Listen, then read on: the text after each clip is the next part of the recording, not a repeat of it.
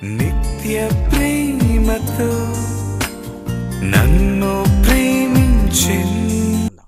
మహాకృపయు కనికరము కలిగిన మా కన్న తండ్రి, ఘనమైన నీ నామమునకు స్తుతులు స్తోత్రములు చెల్లిస్తున్నాం. శాశ్వత ప్రేమ నీ టీవీ కార్యక్రమం ద్వారా ఉన్నతమైన నీ మాటలను ధ్యానించడానికి ప్రయత్నం చేస్తుండగా సహాయాన్ని అనుగ్రహించండి. నీ దాసుడనైనా నన్ను మరుగుపరచండి.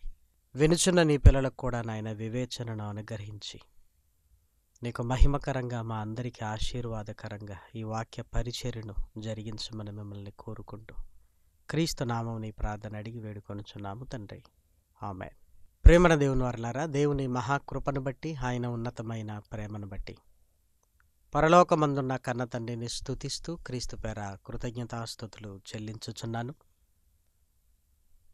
దేవుని పిల్లలైన మీ అందరికీ కూడా క్రీస్తు పేర శుభములు వందనములు తెలియజేసుకుంటూ ఈరోజు కూడా పరిశుద్ధ గ్రంథంలో యాకోబు గారి జీవితాన్ని గురించి మనం ఆలోచిద్దాం.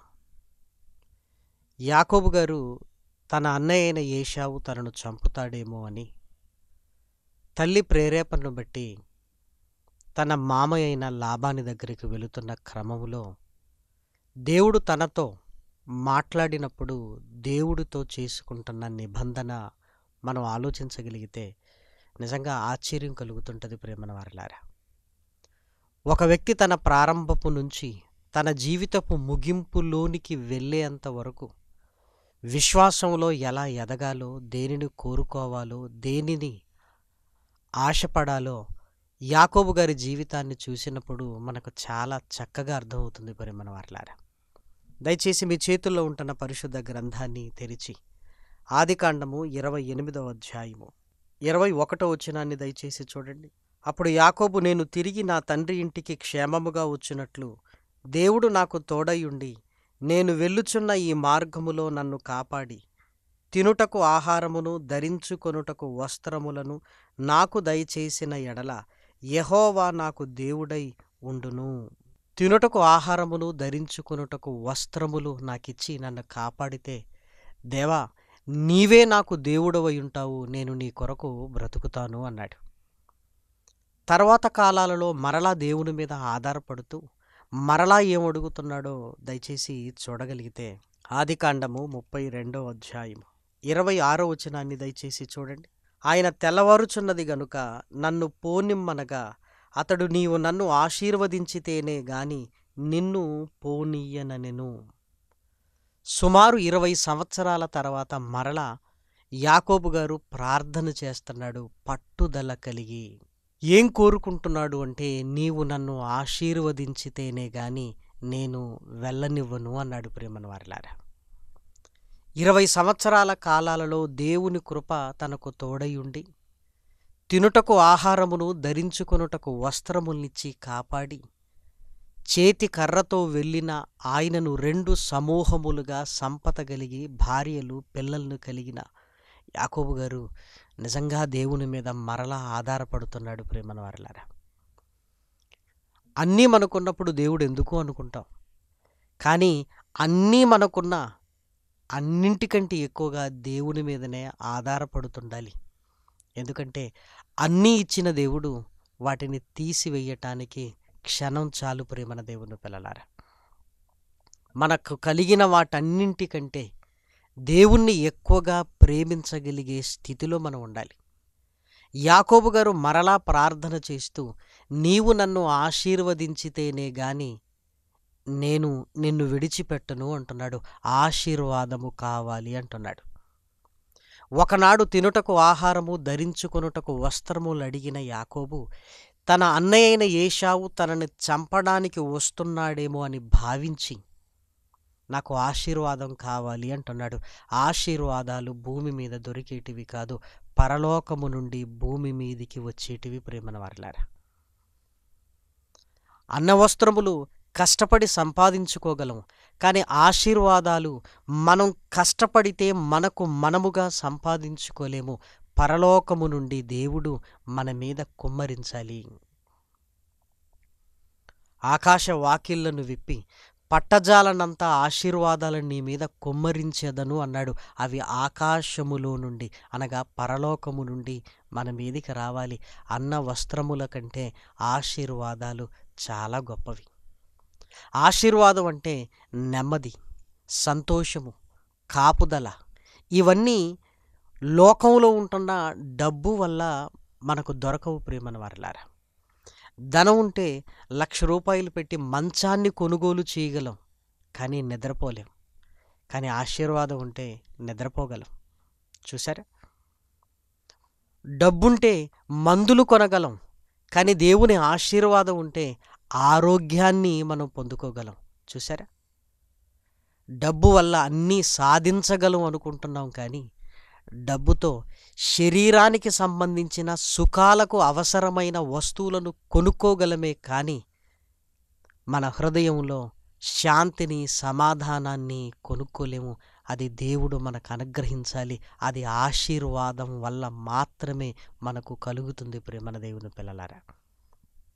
యాకోబు గారు నీవు నన్ను ఆశీర్వదించు అన్నాడు. తర్వాత ముందుకు వెళితే యాకోబు గారు తన మరణకాలము సమీపించినప్పుడు మరలా యాకోబు గారు తన కుమారుడైన యోసేపును పిలిపించి ఒక కోరిక కోరుతున్నాడు. నిజంగా మనం ధ్యానించవలసిన విషయం, తప్పనిసరి మనం ఆలోచించవలసిన విషయం ప్రియమైన వారలారా. అదేమిటో దయచేసి చూడండి. ఆదికాండము 47వ అధ్యాయము 30వ వచనం. నా పితరులతో కూడా నేను పండుకొనున్నట్లు ఐగుప్తులో నుండి నన్ను తీసుకొని పోయి వారి సమాధిలో నన్ను పాతిపెట్టుమని అతనితో చెప్పెను. యాకోబు గారు తన మరణాన్ని గురించి ఆలోచిస్తూ తన కుమారుడైన యోసేపును పిలిపించి ప్రమాణము చేయించుకుంటున్నాడు. నేనిక్కడికి నిన్ను చూడటానికి వచ్చాను. నేను ఇక్కడ మరణిస్తే నన్ను ఇక్కడ పాతి పెట్టడానికి వీలు లేదు. నా పితరులు పండుకొను చోట నేను కూడా పండుకుంటాను. నన్ను అక్కడ సమాధి చెయ్యాలి. అబ్రహాము, ఇస్సాకులు ఎక్కడైతే పాతి పెట్టబడ్డారో నన్ను కూడా అక్కడే పాతి పెట్టబడాలి అని కోరుకుంటున్నాడు. తన కోరికను తన కుమారుడైన యోసేపుకు తెలియజేస్తున్నాడు. దయచేసి మీరు ఆలోచించండి. సమాధిని గురించి ఎందుకు ఆలోచిస్తున్నాడు? తన పితరులు ఉన్న చోటికి నన్ను తీసుకొని పొమ్మని ఏదో సాధారణంగా చెప్పట్లేదు, ప్రమాణము చేయించుకుంటున్నాడు. అంటే యాకోబు గారికి ఏదో దూరదృష్టి, భవిష్యత్తును గురించిన ఆలోచన ఉంది అన్నట్లుగా మనం ఆలోచించాలి ప్రియమైన దేవుని పిల్లలారా. యోసేపు గారు కూడా, నాన్న ఇప్పుడు ఇవన్నీ ఎందుకు? నువ్వు బాగుంటావు నాన్న. లేదురా, నేను చనిపోతాను, నాకు తెలుసు. కానీ నా సమాధి ఇక్కడ నువ్వు పాతి పెట్టొద్దు అంటే సమాధిని గురించి ఎందుకు ఆలోచిస్తున్నావు నాన్న అని యోసేపు అడిగితే యాకోబు యోసేపుతో చెప్పిన మాటలు ఏమై ఉండాలి ప్రియమైన దేవుని పిల్లలారా? యోసేపు, నీకు తెలుసా, విచిత్రమైన అంగీని నేను కుట్టించాను. నువ్వది ధరించుకొని అన్నలను చూడటానికి నువ్వు వెళుతున్నావు.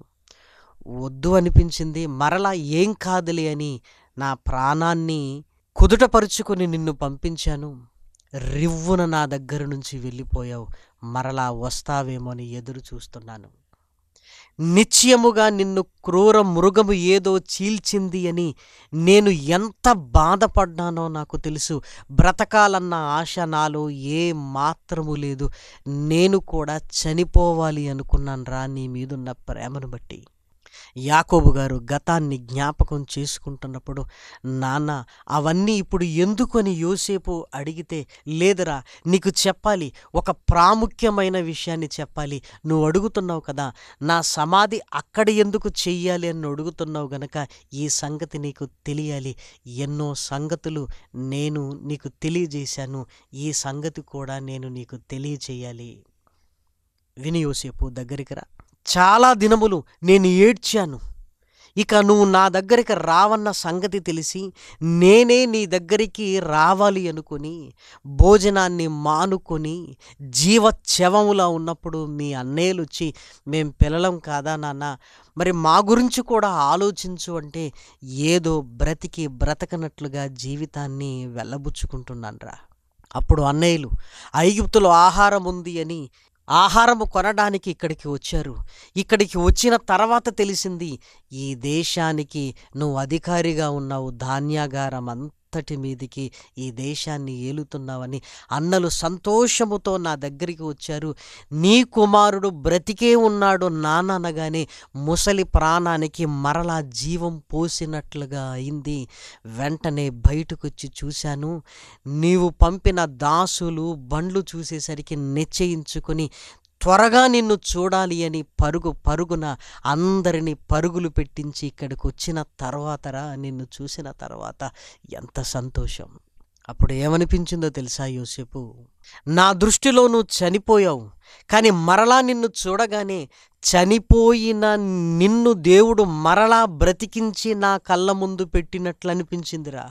నా దృష్టిలో నువ్వు చనిపోయావు, కానీ మరలా నువ్వు నా దృష్టిలోనికి వచ్చినప్పుడు నాకు ఎలా అనిపించిందో తెలుసా? చనిపోయి బ్రతికినట్లుగా అనిపించింది.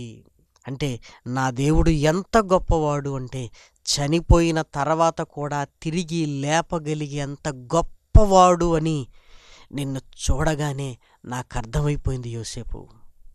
ఒకనాడు అన్న వస్త్రములను దేవుణ్ణి అడిగాను, ఆ తర్వాత ఆశీర్వాదాన్ని అడిగాను. నిన్ను చూడగానే మృతుల పునరుత్థానపు ఆలోచనలు నాకు వచ్చాయి. ఇప్పుడు పరలోకం నుంచి ఏదో నా మీదికి రావటం కాదు, నేనే పరలోకానికి వెళ్ళాలి. అంటే నా సమాధి విషయంలో నువ్వు జాగ్రత్తగా ఉండాలి. నా పితరులు ఉన్న చోటునే నన్ను సమాధి చెయ్యాలి. చూసారా ప్రియమైన వారలారా, యాకోబు గారు కళ్ళ ముందు యోసేపును చూసే మృతుల పునరుత్థానపు ఆలోచనలకు వెళ్ళిపోయాడు. ప్రియమైన వారలారా, చనిపోయాడనుకున్న నా కుమారుడు మరలా నేను చూడగలుగుతున్నాను అంటే దేవుడు మరలా నా కొడుకును చూపించి నాకేమి నేర్పిస్తున్నాడు అంటే, మృతుల పునరుత్థానము ఉంది, చనిపోయిన వారిని కూడా నేను బ్రతికించగలను అని దేవుడు తన సామర్థ్యాన్ని నిన్ను బట్టి నేను అర్థం చేసుకున్నాను. యోసేపు కూడా చాలా ఆశ్చర్యపోయాడు. ప్రియమైన వారలారా, క్రీస్తుకు పూర్వం వారి జీవితంలో జరుగుతున్న సంఘటనలను బట్టి దేవుడు ఎంత గొప్పవాడని వారు ఆలోచిస్తున్నారో ఒక్కసారి మనసులోనికి తెచ్చుకోండి ప్రియమైన దేవుని పిల్లలారా. నిజంగా యాకోబు గారి ఏడుపు, యాకోబు గారి బాధను లేఖనాలలోనికి వెళ్ళి మనం చూడగలిగితే, ఆదికాండము 37వ అధ్యాయము 33వ వచనం, అతడు దానిని గుర్తుపట్టి, ఈ అంగి నా కుమారునిదే, దుష్టమృగము వానిని తినివేసెను, యోసేపు నిశ్చయముగా చీల్చబడెననెను. యాకోబు తన బట్టలు చింపుకొని తన నడుమున గోనె పట్ట కట్టుకొని అనేక దినములు తన కుమారుని నిమిత్తము అంగలార్చుచుండగా, అతని కుమారులందరూ అతని కుమార్తెలందరూ అతనిని ఓదార్చుటకు యత్నము చేసిరి. అయితే అతడు ఓదార్పు పొందనొల్లక, నేను అంగలార్చుచు మృతుల లోకమునకు నా కుమారుని యొద్దకు వెళ్ళెదనని చెప్పి అతని తండ్రి అతని కోసము ఏడ్చెను. చూసారా ప్రేమన దేవుని పిల్లలారా, అనేక దినములు గోనె పట్ట కట్టుకొని ఉపవాసమున్నాడు. ఇక నేను కూడా చనిపోతాను, నా కొడుకు దగ్గరికి వెళ్ళిపోతాను అని నిశ్చయించుకున్నాడు ప్రేమన వారలారా. అలాంటి పరిస్థితుల మధ్య యోసేపు బ్రతికే ఉన్నాడు అన్న మాట ఎంతగానో ఆలోచింపజేసింది. చనిపోయిన వాడు తిరిగి లేచాడు, దేవుడు చనిపోయిన వారిని కూడా తిరిగి లేపగలిగే సమర్థుడు అన్న ఆలోచన లోతుల్లోనికి వెళ్ళిపోయాడు ప్రేమన వారలారా. అందుకే తన సమాధిని గురించి ఆలోచిస్తున్నాడు. అందుకే యోసేపు గారు కూడా తన సమాధిని గురించి ఆలోచించటం ప్రారంభించాడు. చూడండి, తన తండ్రి అయిన యాకోబును బట్టి యోసేపు గారు కూడా అదే ఆలోచనలోనికి వెళ్ళిపోయాడు. ఆదికాండము 50వ అధ్యాయము 25వ వచనం, మరియు యోసేపు, దేవుడు నిశ్చయముగా మిమ్మను చూడవచ్చును, అప్పుడు మీరు నా ఎముకలను ఇక్కడి నుండి తీసుకొని పోవలెనని చెప్పి ఇశ్రాయేలు కుమారుల చేత ప్రమాణము చేయించుకొనెను. యాకోబు గారిలో ఉంటున్న నిరీక్షణ, యాకోబు గారిలో ఉంటున్న విశ్వాసపు గొప్పతనం, మృతుల పునరుత్థానపు ఛాయలు యోసేపు గారు కూడా నమ్మారు. అవును, ఎక్కడో గోతిలో పడిన నన్ను లేవనెత్తి సింహాసనం మీద కూర్చోబెట్టాడంటే దేవుడు ఇది మాత్రమే కాదు, తన దగ్గర సింహాసనం మీద కూడా కూర్చోబెట్టగలిగిన సమర్థుడు అని యోసేపు కూడా తన ఎముకలను గురించి ఆలోచిస్తున్నాడు. ప్రియమైన దేవుని పిల్లలారా, భక్తుల జీవితాలను చూడండి. ప్రియమైన వారలారా, యేసుక్రీస్తు రాకమునుపు, వ్రాయబడిన గ్రంథం లేకమునుపు వాళ్ళ ఆలోచనలు ఎంత ఉన్నతంగా ఉన్నవి అంటే, మేము దేవుని దగ్గరికి వెళ్ళిపోవాలి అని దేవుని సంకల్పాన్ని అర్థం చేసుకుని ఈ భూమి మీద బ్రతికారు. ప్రేమన దేవుని పిల్లలారా, మరి నీవు నేను ఎలా బ్రతుకుతున్నాం? మనకు సూచన ఎవరు? యాకోబు గారికి సూచన యోసేపు గారైతే, యోసేపు గారికి సూచన తన తండ్రి అయిన యాకోబు గారైతే, ఏమండి మనకు సూచన ఎవరు చెప్పండి? ఈరోజు మృతుల పునరుత్థానపు పండుగగా మనం ఆచరిస్తున్నాం. ప్రేమన వారలారా, యేసుక్రీస్తు మరణించి తిరిగి లేచాడు అని. నిజమే, యేసుక్రీస్తు మన పాపముల నిమిత్తము సిలువలో మరణించాడు, సమాధి చేయబడ్డాడు. 3వ దినమున సమాధిని గెలిచి మృత్యుంజయుడై తిరిగి లేచాడు. ప్రేమన దేవుని పిల్లలారా, ఆ సువార్తనే కదా మనం నమ్మింది. ఆ సువార్తనే మనం నమ్మిన సువార్తకు అర్థం ఏంటి అంటే, యేసుక్రీస్తు మరణించి తిరిగి లేచాడు. నేను కూడా ఆయనను నమ్మితే మరణించినా తిరిగి లేవగలనన్న నమ్మకం. ప్రియమైన దేవుని పిల్లలారా, యోసేపు గారు పరాయి దేశానికి వెళ్ళి మరలా కనుల ముందుకు రాగానే యాకోబు గారు మృతుల పునరుత్థానపు ఆలోచనలోనికి వెళ్ళగలిగితే, సాక్షాత్తు యేసుక్రీస్తు నీకు నాకు సూచనగా ఉన్నాడు. ప్రియమైన దేవుని పిల్లలారా, యోసేపును బట్టే యాకోబు గారు ఉన్నతంగా ఆలోచించగలిగితే, యేసుక్రీస్తు సజీవుడని నమ్ముతున్న నీవు నేను ఎంత ఉన్నతంగా ఆయన గురించి ఆలోచించాలి చెప్పండి. ప్రేమన దేవుని పిల్లలారా, యేసుక్రీస్తు మృతుల పునరుత్థానములను నువ్వు లోతుల్లోనికి వెళ్ళి ఏమైనా ఆలోచించగలుగుతున్నావా? ఆయన లేచాడు అని సంతోషిస్తున్నాం. ప్రేమన వారలారా, మరి నీవు నేను లేవాలి. లేచిన ఆయన ఎలా బ్రతికాడు, నీవు నేను ఎలా బ్రతుకుతున్నావని లేఖనాలలోనికి వెళ్ళి ఆలోచించాలి. ప్రేమన వారలారా, చాలా కాలం క్రిందట ఒక వ్యక్తి 2 కొండల మధ్య తాడును కట్టాడు. అనేకులను పిలిపించాడు. అక్కడికి చూడటానికి వచ్చారు. నేను ఈ కొండ మీద నుంచి ఆ కొండ మీదకి ఈ తాడు మీద నడుచుకుంటూ నేను వెళతాను, మీరు నమ్ముతున్నారా అని అడిగాడు. అందరూ కూడా మేము నమ్ముతున్నాము నమ్ముతున్నాము నమ్ముతున్నాము అన్నారు. సంతోషిస్తూ ఈ కొండ మీద నుంచి ఆ కొండ మీదకి, మరలా ఆ కొండ మీద నుంచి ఈ కొండ మీదకి వచ్చారు. వచ్చిన తర్వాత అందరూ చప్పట్లు కొట్టారు. అప్పుడు అందరూ అంటున్నారు, మేము నమ్మేమండి, మేము ముందే చెప్పలేదా మీరు వెళ్ళగలరు, మీరు తాడు కడుతున్నప్పుడే మీకు ఎంత విశ్వాసం లేకపోతే నడవగలనని మీరు అంటారు, కాబట్టి మీ మాటను బట్టే మేము గెస్ చేసాం మీరు నడవగలరు అని అందరూ మాట్లాడారు. సంతోషించాడు ఆ వ్యక్తి. అలాగైతే ఈసారి నా మీదికి రండి, నేను మిమ్మల్ని ఎక్కించుకొని ఈ కొండ మీద నుంచి ఆ కొండ మీదికి, ఆ కొండ మీద నుంచి ఈ కొండ మీదికి నడుస్తాను అన్నాడు. ఎవ్వరూ రావట్లేదు. ప్రియమైన వారలారా, ఎవ్వరూ రావటం లేదు. అదేంటి, మీరు నమ్మారు కదా నేను అటూ ఇటూ నడవగలనని, మీరు నమ్మారు కదా, నమ్మిన తర్వాత మిమ్మల్ని కూడా తీసుకొని వెళతాను రండి, మీ కళ్ళ ముందే కదా నేను నడిచింది అన్నారు. ఎవ్వరూ రావటం లేదు. ప్రియమైన వారలారా, మరి ఆయన నడవగలరు అని నమ్మారు కదా అంటే, ఒకవేళ నడిస్తే నడుస్తాడు, లేకపోతే ఆయనే పోతాడు, మనకు పోయేదేంటి అని నువ్వు నడవగలరు అన్నారు.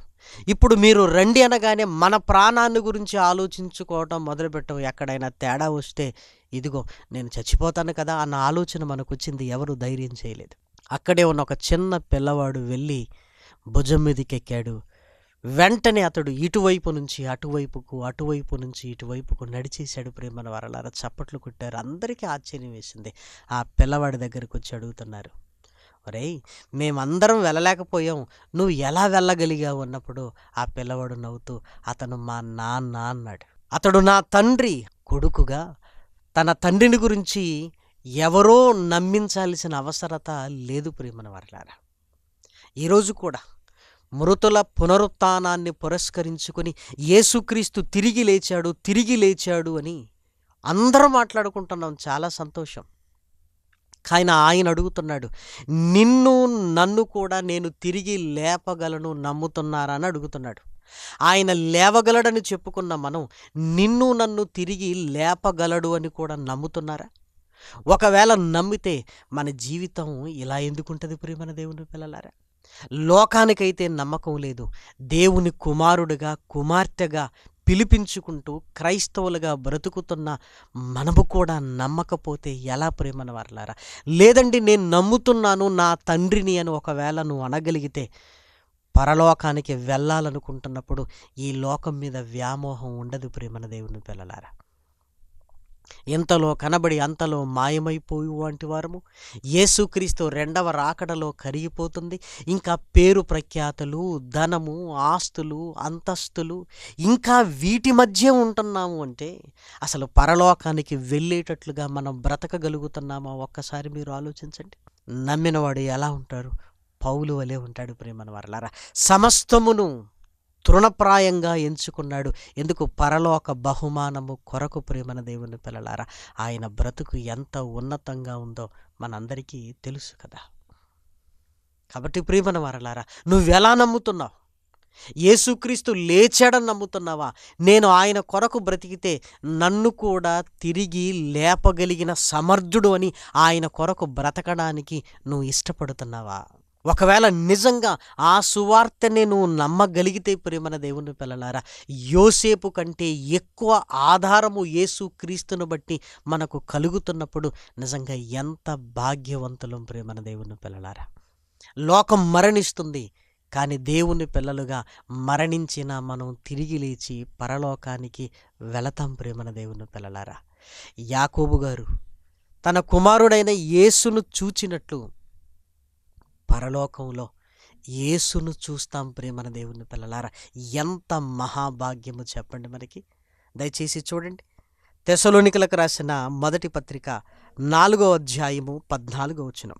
యేసు మృతి పొంది తిరిగి లేచినని మనము నమ్మిన ఎడల అదే ప్రకారము యేసునందు నిద్రించిన వారిని దేవుడు ఆయనతో కూడా వెంటబెట్టుకొని వచ్చును.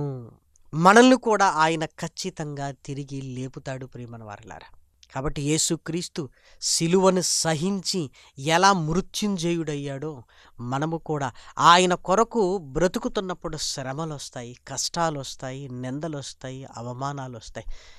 భరించి ఆయన కొరకు బ్రతికి చనిపోతే తిరిగి లేచినప్పుడు నిజంగా ఎంత ఆనందము కలుగుతుంది ప్రేమన దేవుని పిల్లలారా. ఒక్కసారి మీరు ఆలోచించండి. రోమీలకు రాసిన పత్రిక 5వ అధ్యాయము 5వ వచనం. ఎందుకనగా ఈ నిరీక్షణ మనలను సిగ్గుపరచదు.